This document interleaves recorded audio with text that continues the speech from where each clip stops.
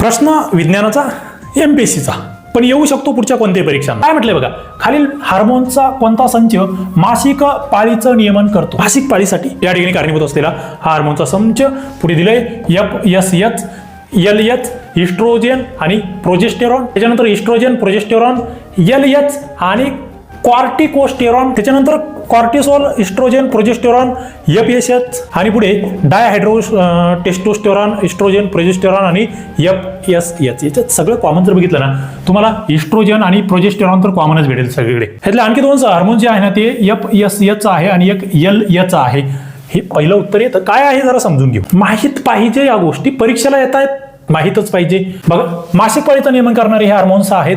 पहिलं FSH काय आहे? FSH फॉलिकल स्टिम्युलेटिंग हार्मोन असं आपण त्याला म्हणतोय, FSH. दुसरा LH जो आहे ल्युटिनायझिंग हार्मोन असं आपण त्याला म्हणतो आहे.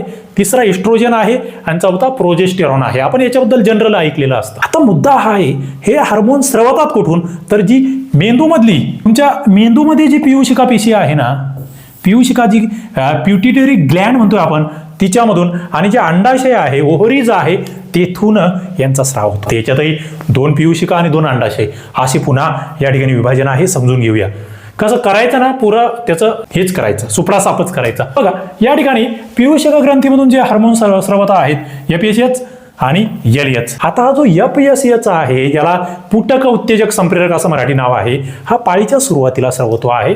अंडाशयातील पुटकांना ते जे वाढ आहे त्याच्यासाठी उत्तेजित करतो आहे आणि पुटक वाढले की त्यातून इस्ट्रोजनची निर्मिती होते आहे. बघा, पहिलं FSHचं कार्य.